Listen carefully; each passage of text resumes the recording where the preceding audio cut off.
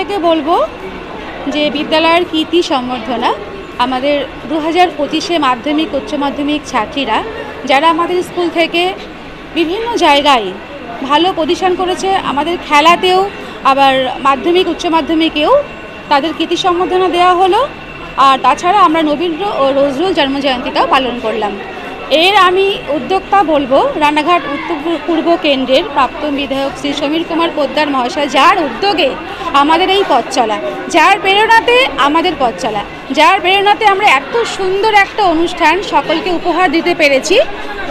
তাকে আমাদের তরফ থেকে, বিদ্যালয়ের তরফ থেকে অসংখ্য ধন্যবাদ জানাই এবং আমরা এই আশা করব যে তার আশীর্বাদের হাত সবসময় আমাদের মাথার উপরে থাকবে। এইভাবেই ভবিষ্যতে আমরা আরও সুন্দর সুন্দর অনুষ্ঠান আপনাদের উপহার দিতে পারবো।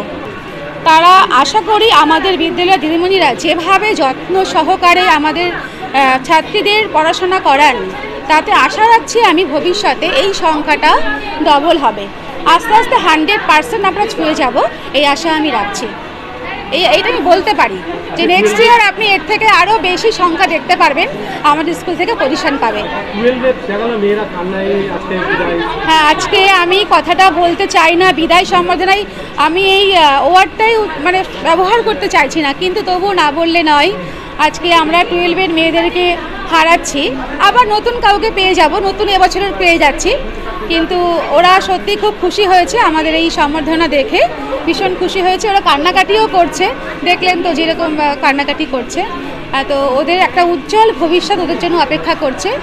মানুষ তো ভালো জায়গায় যাবেই না, এই 12 ক্লাস শেষ হলো আবার কলেজে যাবে, সেখানেও অ্যাচিভ করবে। আমাদের মেয়েরা একসময় মানে অনেক উঁচু জায়গায় যেতে পারবে, এই আশা আমি রাখছি। আমার নাম, আমি এই বিদ্যালয়ের ভারপ্রাপ্ত প্রধান শিক্ষিকা শ্রীমতী রূপা পাল।